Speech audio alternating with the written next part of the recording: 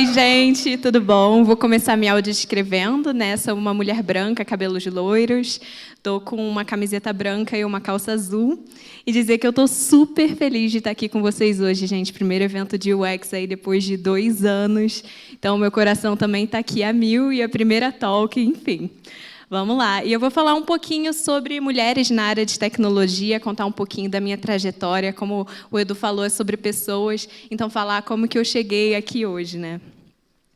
E aí eu queria começar fazendo um questionamento para vocês de: você saberia citar uma mulher famosa que é líder na indústria de tecnologia? Essa foi uma pesquisa feita pela LivePerson em 2018, em que eles perguntaram isso para as pessoas e 91,7% disse que não. Apenas 8,3% disse que sim, e metade desses 8,3% citaram mulheres como Siri ou Alexa. É duro, gente, é duro. E aí, quando perguntaram para eles citarem um homem na área de tecnologia, aí quase 60% sabia citar, né? Como Elon Musk, Mark Zuckerberg, Bill Gates. Então, essa é realmente a visão que as pessoas têm do que é um profissional na área de tecnologia. E eu comecei a minha carreira cursando engenharia da computação, foi como eu entrei nesse universo. E para mim foi um baque muito grande entrar ali uma turma de 60 pessoas e ter ali no máximo umas 5 meninas. E eu ia indo para as outras aulas, tinham diversas que eu era a única mulher da turma. E é aquela questão de como que a gente não duvida de nós mesmas nessas horas, né? Eu estava aprendendo algo completamente novo. Eu cheguei na faculdade para aprender programação lá, e grande parte da minha turma já tinha feito curso técnico, já sabia programar. Então eu me sentia tipo a pior da turma, não tinha ninguém semelhante a mim naquele espaço. Então eu falei, cara, eu acho que esse espaço aqui realmente não é para mim no final das contas. E aí eu comecei a procurar, eu falei, gente, não é possível, será que é só na minha faculdade? Aí eu comecei em eventos, fui em hackathons, e eu falei, o que está acontecendo aqui, né? E aí eu procurei e achei mulheres maravilhosas aí, que foram pioneiras na área de computação, como a Ada Lovelace, que foi a primeira pessoa, não foi a primeira mulher, foi a primeira pessoa a escrever um algoritmo para ser processado numa máquina. A Grace Hopper, que foi responsável pela linguagem de programação COBOL, que é utilizada até hoje por diversas empresas.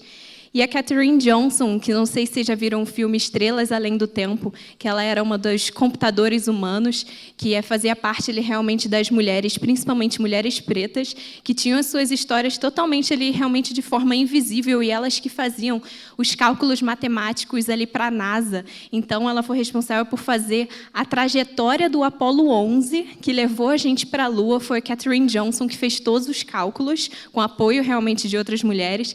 Então, tem até uma das histórias do filme, que é verdade, que um dos astronautas falou assim, fizeram o cálculo da trajetória que eles iam orbitar a Terra, e aí o astronauta falou, eu só vou confiar nos cálculos feitos nesse computador, que realmente era algo novo, se a Katherine Johnson fizer todos os cálculos à mão e comprovar, senão eu não entro. E ela fez e realmente deu igual do computador, e ele falou, agora eu me sinto confortável para ir. Então, tiveram diversas mulheres aí que realmente foram pioneiras nesse mundo. E aí, recentemente, eu fui no museu, que é o Computer History Museum, e aí eu fui encontrando placas de diversas mulheres, várias eu mesma nunca tinha ouvido falar.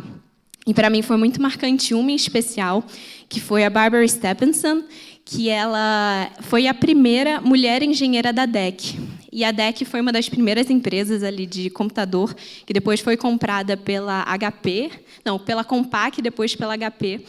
E meu pai trabalhou nessa empresa, ele era analista de sistemas lá. Minha mãe entrou lá realmente como secretária, foi o primeiro contato dela numa empresa de tecnologia.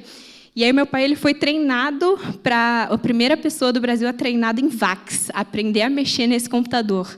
E então, para mim, eu sempre tive tecnologia como algo integrante ali na minha vida.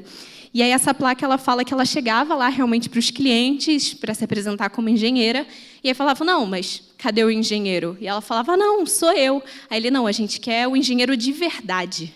Então, assim, eu falo, que essas mulheres passaram para a gente estar aqui hoje e o caminho que a gente está trilhando para que as próximas mulheres realmente possam ter um ambiente muito mais seguro e muito mais confortável para que elas não tenham outros impedimentos além de realmente aprender sobre o que elas querem, porque tecnologia não é fácil. Muita gente realmente, eu fiquei olhando aqui, fez migração durante a pandemia e é muito difícil mesmo a gente começar algo novo. E se a gente tem mais barreiras do que o ensino em si, realmente é muito fácil da gente acabar desistindo.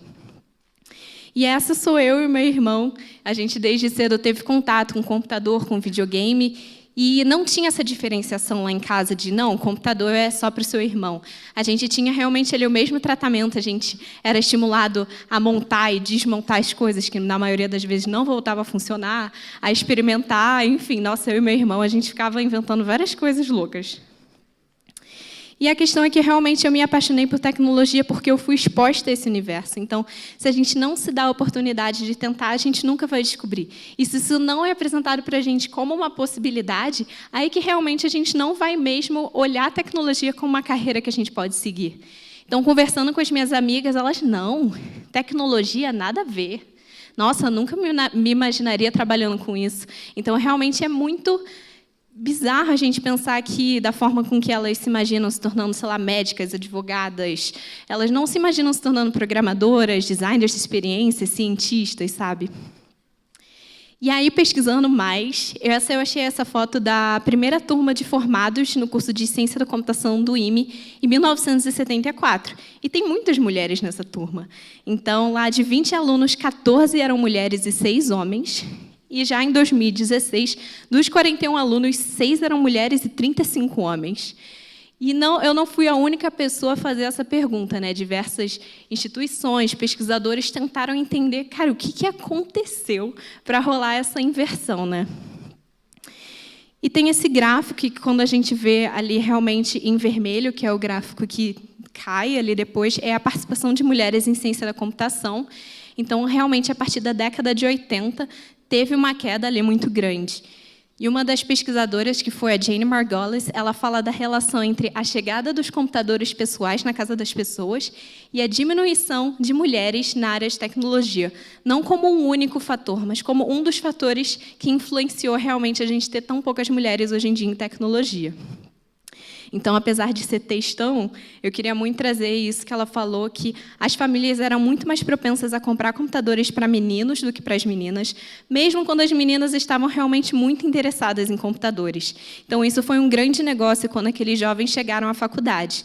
À medida que os computadores pessoais se tornaram mais comuns, os professores de ciência da computação cada vez mais presumiam que seus alunos haviam crescido brincando com computadores em casa.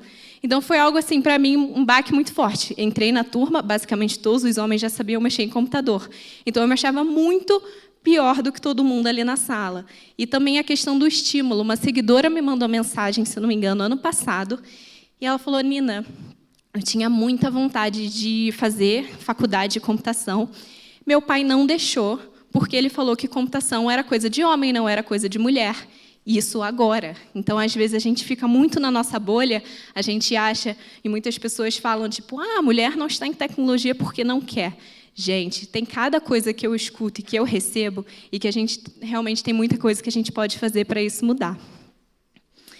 E aí ela mostra essas fotos de como eram as propagandas na década de 80 dos computadores pessoais. Eles eram basicamente, única e exclusivamente para crianças brancas, para meninos jogarem videogames com os seus pais, com os homens.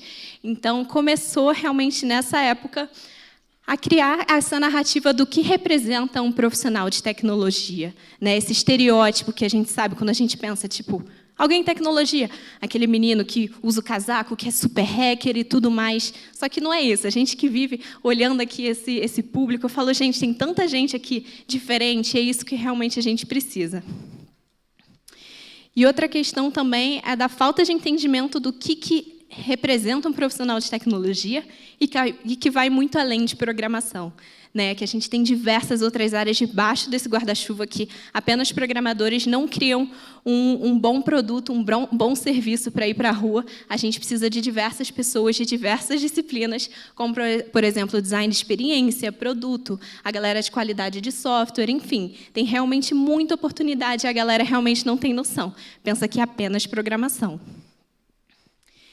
E eu fui uma pessoa que teve muita dificuldade de aprender a programar, e eu realmente não tenho vergonha de falar isso, porque sempre quando a gente aprende algo novo, é muito difícil mesmo. E aí eu achava que eu era a pior da turma, eu não tinha ninguém para trocar, eu tinha muita vergonha de levantar e tirar dúvida na aula. Eu falei, nossa, todo mundo vai me achar a pessoa mais burra da turma, não quero. Eu sempre fiquei muito na minha, sempre fui muito tímida, nunca achei que ia subir num palco. E fui aos poucos ali falando, não, eu vou tentar, vou morar na biblioteca, mas eu vou conseguir fazer isso funcionar. E aí eu consegui um estágio como desenvolvedor iOS, e aí eu conheci o universo de UX Design. E eu falei, gente, é isso, estar dentro de tecnologia, mas estar lidando com pessoas, com experiências, interface, pesquisa. Isso me brilhou os olhos e eu falei, nossa, eu não quero trabalhar como programadora. Gosto de programar, ter entendimento desse universo para mim é muito legal, mas eu não me enxergava todos os dias escrevendo código. E eu me enxergava, eu falei, eu me enxergo todos os dias sendo uma designer de experiência, eu acho que sim. E aí eu comecei a perguntar para os meus amigos, cara, o que vocês fizeram? Por onde eu posso começar a estudar? Me dá dicas, me indica cursos, me indica livros, o que eu posso fazer? Só que aí começaram a vir outras inseguranças de, nossa, eu super levanto a bandeira de mulheres na área de tecnologia, e será que eu sou mais uma mulher que desistiu de programação? Porque na minha cabeça, tecnologia era só programação. Então, nossa, eu me senti tipo super impostora. Eu falei, algo que eu sempre defendi, eu não estou gostando. Meu Deus, então eu comecei crises. Sempre, o problema é sempre aqui. E também, eu demorei a me entender também como designer, né? Eu não conhecia pessoas que tinham feito migração diária, isso lá em 2016. Não era tão disseminado quanto a gente fala hoje. Então, eu falava, nossa, eu errei na minha graduação, eu sou a única, eu vou ter que começar agora design do zero. Meu Deus, o que eu vou ter que fazer? Então, algo muito marcante que eu lembro, que já perguntaram para mim, tipo, Nina, quando você percebeu que você era designer? E eu já estava estagiando, eu tinha conseguido um estágio de UX na Globosat. E eu fui no evento, eu fiquei tentando lembrar, eu acho que era de tipo um workshop de jobs to be done. E aí perguntaram, quem aqui é designer? Levanta a mão. E eu não levantei. Eu falei, não, eu acho que eu não sou designer. Aí meu amigo pegou a minha mão e falou, você é designer, sim. Eu falei, tá bom, então eu sou designer. Se você diz, eu sou designer. E eu já trabalhava na área, só que eu ainda me achava muito impostora para trabalhar com isso. Até que eu entendi, eu falei, gente, tecnologia é design, design é tecnologia. É que nem eu falei, é agilidade, é gestão de produtos, é ciência de dados, é qualidade de software, tudo isso é necessário. Então, todos aqui são homens e mulheres na tecnologia e a gente tem muito para fazer, tem muita coisa aí que a gente pode realmente melhorar a experiência. O que não faltam são oportunidades de coisas realmente a serem melhoradas, a serem criadas, no final das contas. E eu não podia deixar de falar das comunidades, assim. Eu me juntei com as poucas meninas que tinham ali no curso de computação e falei, vamos marcar nossos papos, vamos trocar aqui os nossos medos e inseguranças, vamos discutir. Isso foi me dando força. E aí fui descobrindo outras comunidades. E aí eu entrei em UX e eu descobri Ladies at UX. Aí eu falei, meu Deus, eu não acredito que tem um bando de mulher junta se ajudando. Eu falei, era tudo que eu precisava.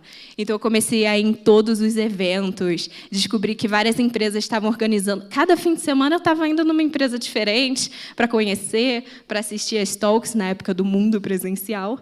Então, para mim, assim, isso me abriu muitas portas. Eu conheci muitas pessoas. Eu assisti, inclusive, a talk do meu primeiro coordenador de UX, né? Eu vi a palestra dele, aí eu falei, nossa, a Globosat é muito legal, eles estão fazendo o projeto do Rio 2016.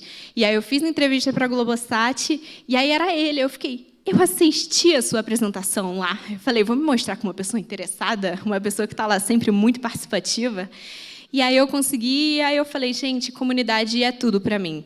Então, sempre recomendo. Então, eu falei, gente, eu tenho que deixar aqui um slide de algumas, não deu para botar todas. Então, Ladies at UX, mais mulheres em UX, jovens UI UX, o X para Minas Pretas, eu estou falando muito rápido. Todas as letras, Pretux. Também tenho Vagas UX, que é maravilhoso. Eu sou apaixonada por todo mundo que produz conteúdo e que compartilha, que eu falo, para mim fez toda a diferença e com certeza para muitas outras pessoas. E é o que a gente está sendo aqui hoje, uma comunidade que se ajuda, que troca experiências, e é isso que realmente leva a gente mais longe. E aí, ao mesmo tempo, eu sentia a falta de algo, que eram pessoas no início da carreira e mulheres falando sobre a carreira em UX. Como é que é? Como é que entra? O que você precisa estudar? Basicamente, não tinha material nessa época. Tinha, por exemplo, o Daniel UX Now, que eu não, acho que ele foi lá para trás, maravilhoso. Tinha, acho que o X Unicórnio também tinha, a Miris também estava produzindo conteúdo, então tinha essas pessoas, e eu falei, gente, falta pessoas no início da carreira falando sobre.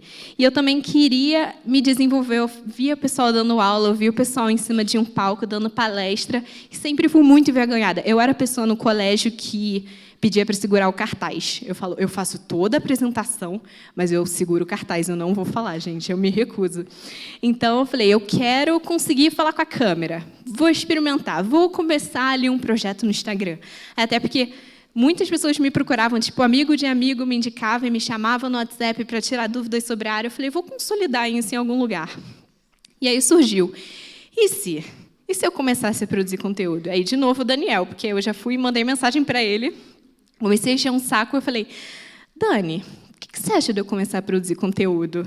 Aí ele, super apoio. Nina, você tem que começar a fazer. Aí ele me mandava mensagem me cobrando. Ele, já criou umas pautas?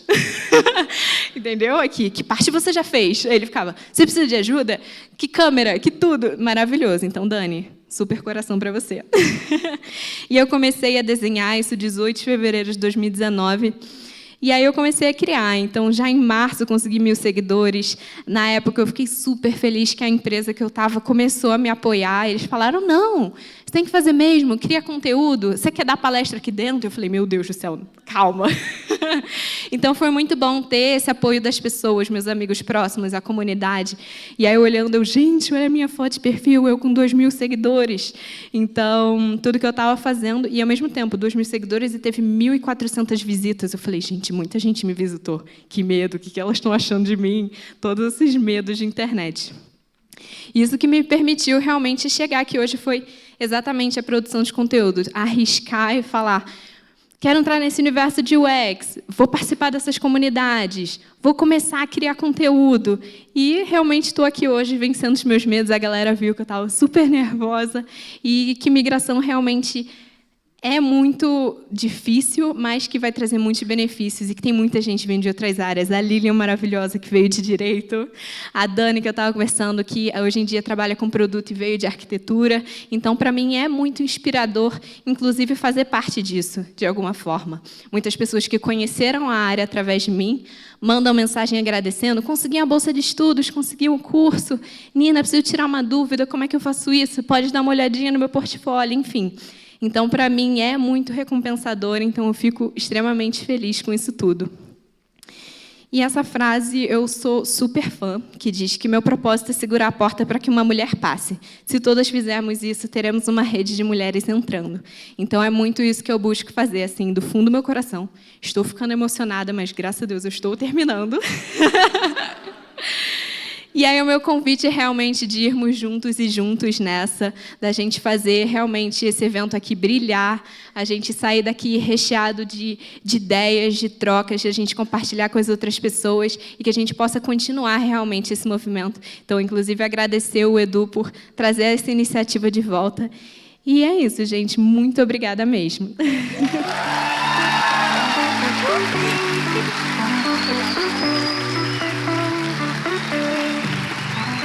Ah, Nina! Você maravilhosa!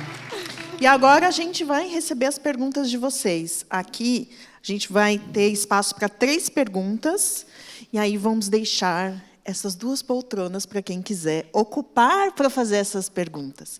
Quem quer começar? Vou pedir para subir aqui nas laterais do palco, tem uma escadinha, que aí pode subir para fazer uma pergunta para Nina Talks. Palmas, palmas, palmas. E para aquele... Esse lado aqui. Posso... Por favor, qual que é o seu nome? Olá, boa tarde. Me chamo Vinícius. Diga sua pergunta, Vinícius. Bem, a minha pergunta é assim... desculpa, gente, estou muito nervoso. Eu te entendo. Nina, então, a minha pergunta é a seguinte, né? A gente está vindo, assim, numa crescente no mercado de UX design, né? E tem muitas pessoas que têm essa grande vontade de criar conteúdo e tudo mais, né? Entretanto, eu vejo que o conteúdo sobre migração de carreira já tem muita coisa já. E a gente que quer se aparecer no LinkedIn ou alguma coisa assim, a gente fica com essa insegurança, né? Até porque uma frase que eu ouvi do meu mentor foi: quem não é visto não é lembrado, né? E no LinkedIn a gente tem essa insegurança, né? Poxa, será que a gente tem que sempre ficar criando conteúdo para aparecer e tudo mais, né? Queria saber o que você acha desse movimento assim das pessoas querem ficar sempre criando conteúdo a todo momento, sabendo que poderia focar em outras coisas, assim. Então, eu tenho essa insegurança de, será que eu tenho que ficar criando conteúdo a todo momento para algum recrutador me ver? Será que não teria algumas outras formas? Essa é a pergunta de milhões, que o pessoal sempre me pergunta. Assim, você não precisa criar conteúdo realmente, mas tem essa questão de se você não é visto, você não é lembrado. Mas você não precisa exatamente, tipo, vou ter que fazer um post carrossel, vou ter que gravar um vídeo. Só de você se preocupar em ter um LinkedIn muito bem estruturado, mostrar o que você está estudando no final das contas, se você participou de algum workshop, algum curso, isso para mim já significa muito. Então, para mim, até o foco inclusivo, você primeiro focar em ter um portfólio interessante para aplicar para as vagas. Eu comecei a criar o conteúdo um pouco mais para frente, ao mesmo tempo que eu fui documentando os meus estudos. Então, algo assim que... Pessoal, o que você se arrepende? Eu acho que a única coisa que eu me arrependo é de não ter documentado melhor o que eu estudei, quais foram as minhas dúvidas para poder ajudar mais pessoas no final das contas. Então, é muito de você respeitar o seu tempo. A gente sempre vai ficar com esse FOMO, né? Esse medo de, o pessoal está produzindo conteúdo, eu também preciso, o que eu vou fazer? Então, de focar mais nos seus estudos, o que você está buscando desenvolver, pensar de uma forma que não seja onerosa para você de mostrar que você está fazendo isso. Então, acho que o principal é portfólio, deixar o seu LinkedIn redondinho e depois você vai buscando criar conteúdo se for uma vontade sua. E também entender qual é o formato que melhor funciona para você. Para mim, eu queria muito desenvolver vídeo. Eu falei, eu quero aprender a falar com a câmera. Tem gente que prefere em texto, tem gente que prefere criar um guia de estudos ou participar de podcasts, por exemplo, que aí você não precisa de uma super preparação. Então, acho que é entender ali o seu momento ali no final das contas. E... até compartilhar esse conhecimento, essa sistematização por meio de artigos no Medium, por exemplo. Sim, exatamente. Maravilhosa. E você comentou também de muito conteúdo sobre migração de carreira. Eu estou sempre buscando conteúdos novos de migração, porque muitas pessoas mandam, Nina, eu vim de advocacia. E provavelmente eu sou a única, eu falo não. Aí eu busco no LinkedIn artigos de pessoas que migraram da área X para a área tal. E eu compartilho com as pessoas diversos artigos. E cada um teve a sua história. Então, eu acho incrível poder ver como que cada um fez esse passo a passo. Então, se você tem vontade de contar a sua história, eu acho incrível, porque vão ter pessoas que realmente vão aprender com você. Então, acho que são essas as dicas. Obrigado. Nada.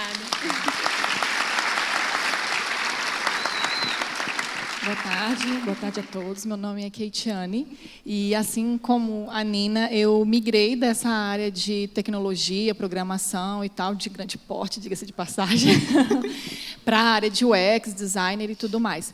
E, assim, a gente sabe que é um ambiente muito masculinizado. Hoje eu trabalho como UX dentro de um banco, né? E é uma área muito masculinizada. E aí a minha pergunta é, como você se posiciona estando com uma disciplina que já é marginalizada, né, vamos dizer assim, dentro da desenvolvimento, tecnologia, programação, e ainda por cima sendo mulher. Então, foi algo que, com o passar dos anos, eu fui aprendendo. Eu sempre fui muito insegura e tímida na vida, assim. Então, já de entrar numa reunião, principalmente se aquele mar de homens, eu não conseguia levantar o dedo para dar minha opinião. Falava, vai todo mundo olhar para mim, eu vou ficar completamente vermelha, ninguém vai me levar em consideração, então eu preferia não me posicionar. E aí até o meu coordenador, ele me puxou uma vez, ele falou, Nina, eu sei que você tem coisa para falar, eu sinto, e você tem que vencer esse medo, e eu vou te ajudar. Então, eu tive muito esse apoio de lideranças próximas, de vou te ajudar, você conseguir levantar sua voz, você conseguir se posicionar, e também de ter referências de lideranças femininas. Uma vez eu entrei na reunião que só tinha uma líder mulher. E aí ela se posicionou, levantou a voz, conseguiu se fazer ouvida, e eu olhei aquilo com um brilho nos olhos, eu falei, eu quero conseguir ser assim. Eu falei, ela é maravilhosa. Então, eu falei, eu tenho que trabalhar isso primeiro comigo mesma para eu conseguir ir me posicionando e ganhando essa confiança que eu não tinha no início. Então, foi isso. Eu falei, eu quero conseguir me posicionar numa reunião. Eu ia meio que estabelecendo metas. E aí, quando eu consegui, eu falo, não, beleza, qual seria o próximo passo? Então, eu fui, aos poucos, quebrando isso e vencendo esses medos, mas é muito difícil, principalmente se a gente está num espaço que ninguém ouve a gente, e se a gente tem que se posicionar de uma forma mais forte, a gente é a surtada, a que realmente é maluca, não precisa gritar, não precisa fazer isso, ninguém aqui está se exaltando. Então, e eu sou a pessoa que, se eu fico com raiva, eu choro. Aí eu falo, gente, que credibilidade eu tenho? Meu Deus do céu! Então, assim, para mim é muito difícil até hoje, mas eu falo, vou criar essas pequenas metas, vou estabelecendo, tentar escalar. Já passei por situações assim muito desconfortáveis no trabalho, que aí eu comentei com as minhas amigas, elas, você tem que levar isso para RH agora. E aí eu falei, não, vou levar. Então, acho que buscar criar essa rede de apoio, as poucas mulheres também ali, a gente marcava encontros assim de 15 em 15 dias para a gente falar das experiências que a gente teve ali no trabalho, nas reuniões. E aí uma ajudava a outra a falar, pô, da próxima vez, tenta assim, tenta assar. E a gente, não, beleza. Então, é realmente um processo, mas é difícil. É engraçado, você tocou num assunto que é quando a gente está numa reunião com outros homens, muitas vezes eles tiram o nosso poder de fala, né? E isso é normal, e quando a gente questiona, nós somos as loucas. E eu observo muito assim, no meu caso, a minha vivência, eu tenho que provar por A mais B o que eu estou falando. Eu tenho que trazer assim, a parte da disciplina, a parte do estudo, a parte da comprovação, sendo que eu vejo muitos homens falando água, e que não precisa ser comprovado. É engraçado isso, né? Eu acho que uma das formas também é a gente sempre estar munido de informações, baseadas em informações para, tipo, olha, eu sei o que eu estou falando. Não, eu comecei a chegar nas reuniões e falar, sei lá, eu vou apresentar para as pessoas XYZ e eu sei que é difícil delas me ouvirem. Eu tentava antecipar tudo que elas poderiam me questionar para eu estar munida de argumentos pelo que eu já sabia que eles iriam questionar. Então, a gente tem que criar hack do hack, hackear ali o sistema para falar, eu quero fazer isso funcionar, vou trazer dados, vou ter que super fundamentar tudo, cada vírgula, para me fazer ouvida. Não é o certo, mas a gente vai contornando da forma que... vai conquistando nosso território da forma que dá. Obrigada.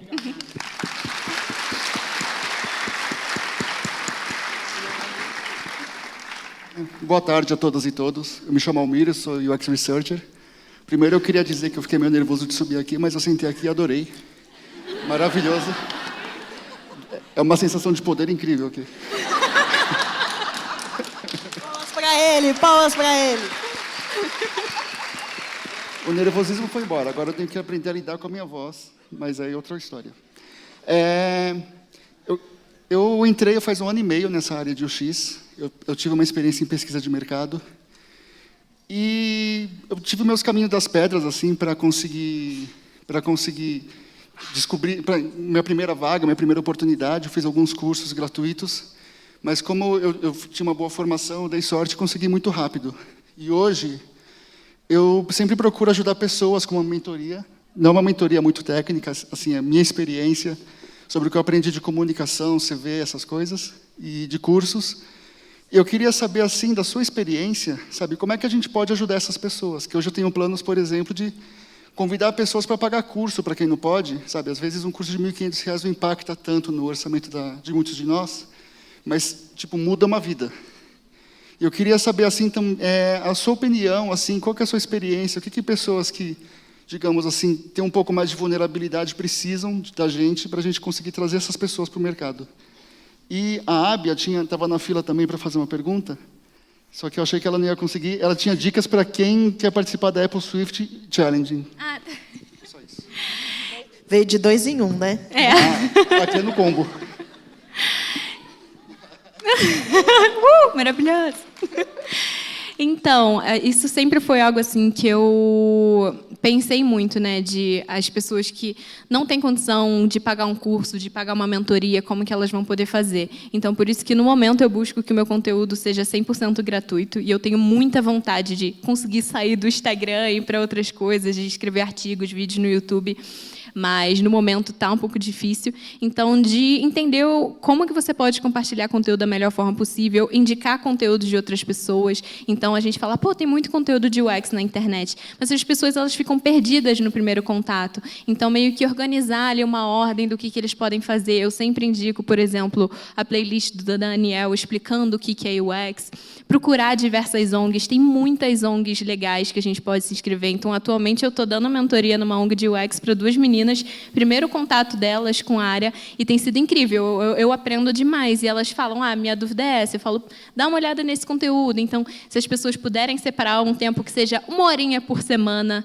e se disponibilizar para falar com a galera, então, acho que é sempre buscar, tipo, pô, você está recebendo muita coisa, como que você pode doar um pouquinho do seu tempo? É escrevendo um artigo? É conseguindo dar uma mentoria para alguém? Enfim, eu acho que acaba sendo um pouco isso. Então, até estimular, gente, se vocês puderem compartilhar de alguma forma, se não se tirem à vontade disso, de falar com um público muito grande, mas coisas pequenas que vocês possam fazer, de 1 para 1. Eu vejo muitas pessoas, eu vou dar uma aula, eu vou cobrar um valor baixo e esse dinheiro vai ser revertido para uma ONG ou para pagar cursos para outras pessoas, conseguir bolsas em escolas. Então, a gente sempre pensar, eu acho que é super importante. Obrigada por ter trazido essa pergunta. E sobre o Swift Student Challenge, dar uma passada geral, foi um prêmio que eu ganhei nos últimos 5 anos, que é de desenvolvimento de aplicativos, né? Então, a gente tem que desenvolver um aplicativo por conta própria, a gente tem 2 semanas para fazer toda a parte de programação e design de forma individual. E eu nunca achei na minha vida que eu deveria aplicar para isso, mas pessoas super me apoiaram, falaram, Nina, você tem que fazer. Aí eu apliquei pela primeira vez em 2016 e não passei. Aí eu tentei de novo em 2017 e acabei recebendo, o meu primeiro sim. E aí eu via, olhando os projetos das pessoas que a galera coloca no YouTube, coloca no GitHub, as pessoas só focam no técnico, né, de programação, que elas sabem utilizar certa tecnologia.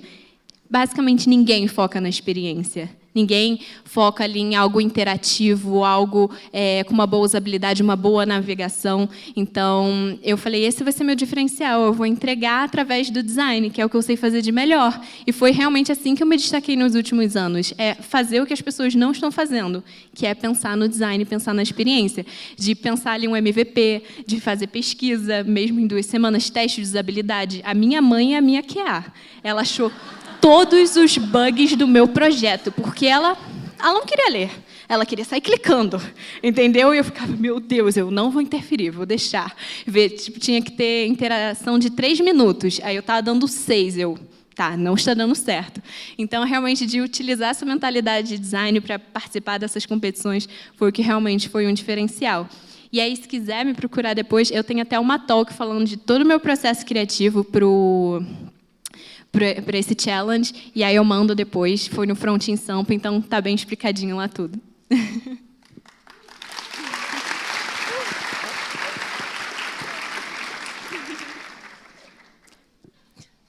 Oi, gente, meu nome é Bianca.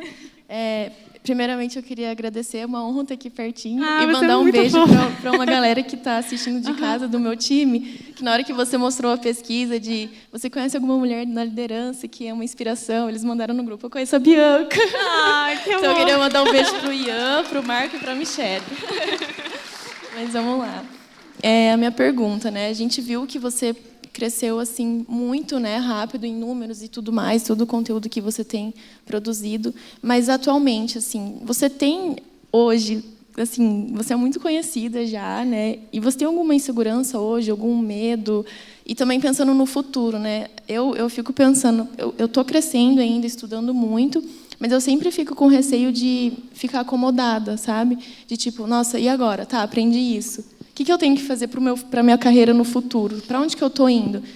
Qual que é a sua visão assim, para o futuro e se você tem ainda algumas inseguranças hoje? Nossa, muito. E eles podem confirmar o quanto eu estava nervosa para entrar nesse palco. E todo mundo, Nina, você já subiu várias vezes. Gente, mas eu estou nervosa. Meu coração está rápido e minha mão está suando. Isso é nervosismo. Então, eu, principalmente tendo essa exposição toda, para mim é, meu Deus, será que eu vou ser mal interpretada? O que as pessoas vão achar do meu trabalho? Será que as pessoas estão depositando expectativa demais em cima de mim? De quando eu começo um projeto novo, eu entrei numa reunião com outras áreas lá da Accenture, aí a pessoa, vamos todo mundo se apresentar. Eu, beleza. Gente, eu sou a Nina, eu faço assim, assim, assado, trabalho na área tal. Aí alguém, Nina, não precisa se apresentar, que todo mundo te conhece. Aí eu, ai, meu Deus do céu. Eu falei, o que as pessoas estão achando? Né? Vou ter que trabalhar com um monte de gente que vai estar todo mundo, o que será que a Nina vai fazer? Não, isso é coisa da minha cabeça, né? Vai estar todo mundo normal. Eu, ai, meu Deus, será? Então, eu estou sempre lutando um pouco com esse medo da pressão de muitas pessoas me conhecerem, apesar de que eu vou amar quem quiser vir falar comigo. Eu fico super feliz. Mas é que é isso. Como eu sempre fui uma pessoa muito tímida, essa exposição do crescimento muito rápido, para mim, ainda é um baque muito grande, é algo assim que eu estou trabalhando. E sobre planos para o futuro, eu falo, gente, eu comecei com programação, aí eu fui para o universo de design, estou me enxergando uma pessoa na comunicação, muito na educação, então hoje em dia eu acabo trabalhando no meu time com capacitação de designers, então eu estou sempre me moldando e descobrindo coisas novas que eu gosto. Então eu falo, agora eu quero muito me capacitar nisso, me capacitar em capacitar pessoas. Então, o Nina Talks acabou sendo muito meu projeto do coração e eu quero muito focar nisso. Eu falo, agora eu quero conseguir separar um tempo, não sei como, para fazer uma pós-graduação nesse sentido e tudo mais. Então, eu sou uma pessoa que eu tento estabelecer metas mais longas, mas eu sempre vou descobrindo no caminho coisas novas que eu vou curtindo mais e eu vou redirecionando. Então, eu acabo não escrevendo muitas coisas em pedra. Eu tento fazer tipo umas metas assim, mas eu vou me deixando levar no final das contas, porque senão eu mesma acabo colocando muita pressão em cima de mim mesma. E a gente muitas vezes acha que a gente não está evoluindo, eu olhando o tempo, que a gente não está evoluindo, e quando a gente para e pensa, a gente fala, nossa, olha quanta coisa incrível eu já fiz, olha quantas pessoas eu já consegui ajudar de alguma forma. Então, eu acho que isso é o poder da documentação. A gente estava falando do meu primeiro vídeo lá, que eu publiquei falando, super envergonhada, e hoje eu olho e falo, gente, quanto eu consegui evoluir? O meu primeiro app que eu fiz, não era nem Figma, lá no Sketch, eu falo, gente, meu Deus do céu, que botão é esse? Meu Jesus, um negócio gigante. Ou era minúsculo, ou era do tamanho da estratosfera. Então, é legal quando a gente vai documentando o nosso processo, que a gente vai conseguindo ver essa evolução. Porque a gente vai muito no automático, a gente acha que não está evoluindo, mas a gente está sim. Legal, obrigada.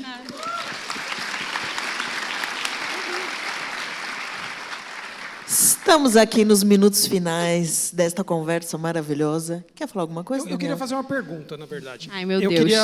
Então, porque a gente até estava falando antes de entrar aqui, como que a gente, que é homem, pode ser aliado nessa coisa de você ter esse problema que a gente sabe que não é simples, não é um problema que é só da área de tecnologia, mas esse problema dentro dos nossos times, como que a gente...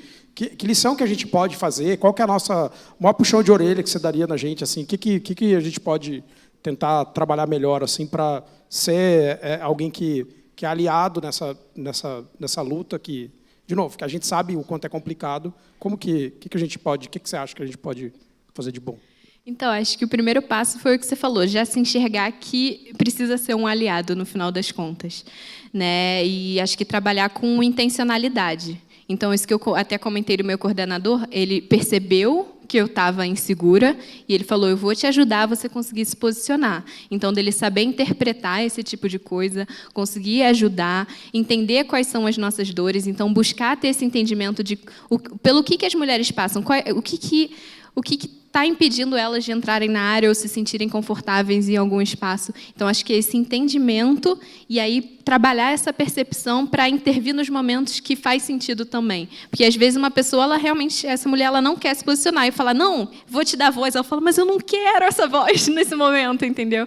Então, acho que tem muito esse lado humano de perceber as pessoas com esse olhar assim mais carinhoso e buscar entender, acho que no final das contas, como que as pessoas estão se sentindo nos espaços, sabe?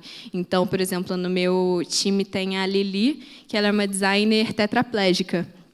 E a gente vai entendendo no dia a dia, a Lili, maravilhosa, como que a gente pode tornar as coisas muito mais acessíveis no final das contas. Então, coisas como a gente colocou numa apresentação, tipo, a gente responde esse formulário no final, e era um QR Code na apresentação. E ela falou, gente, tem que ter mais uma forma, eu não consigo ler o QR Code na tela. E a gente falou, caramba, verdade. Então, da mesma forma que isso acontece, a gente tem que pensar nas minorias como um todo, quais são todas essas situações que eles passam, e só estando próximo dessas pessoas que a gente começa a ver. Então, buscar estar próximo delas, eu acho que já é um passo muito grande para você ir trabalhando essa empatia. No final das contas, acho que é sobre isso. Uhul!